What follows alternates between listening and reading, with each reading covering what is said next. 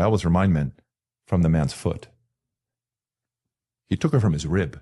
And what does the rib do? It guards the heart on the side as his companion. It's a symbol of what role the wife plays in marriage. She is the guardian of her husband's heart. I would also argue she's the heart of the family. He's the head, but she's the heart. And she's his companion in life. And he was, St. Methodius says that when God was doing this, he put him also into a sleep. It wasn't just knocking him out, but he was in this beautiful sleep so that she could, in this sense of great eros of love in his life, the woman comes forth and then he sees her in front of him. They lived one flesh union.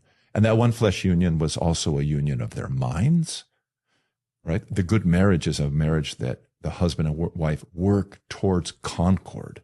They work towards a common vision in life. This is one of the most repeated things in the marriage service. In the back of my book, it's a good time, I think, to hold it up. I wrote this pre-marriage manual, Enduring Love, Laying Christian Foundations for Marriage. In the back of the book, I have actually the liturgical text for the Eastern Orthodox wedding service. And I reference it constantly because there you see the emphasis of the church. And it's the same in traditional Western marriage rites, Catholic marriage rites.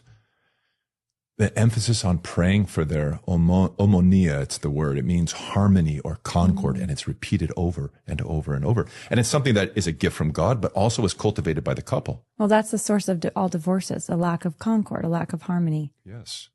Embracing the task. You know, when you're learning something as a married person, you learn it as a married person.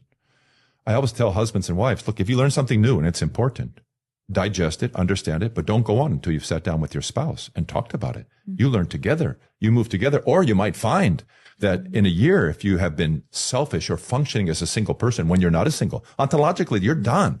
You're not a single person anymore. You are a married person.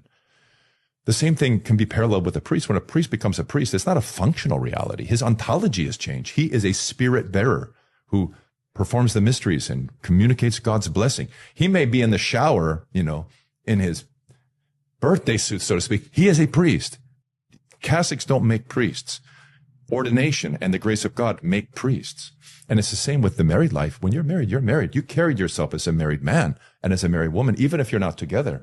And cultivating this harmony, working together to learn, to grow, to develop, to acquire new ambitions. You have to do this slowly and carefully with your spouse.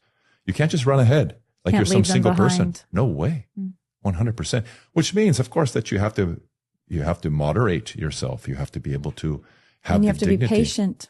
And that's such a lost art today. And listen and talk and make progress together. But if you do that, then you're taking steps together, right? You're actually strengthening yourself.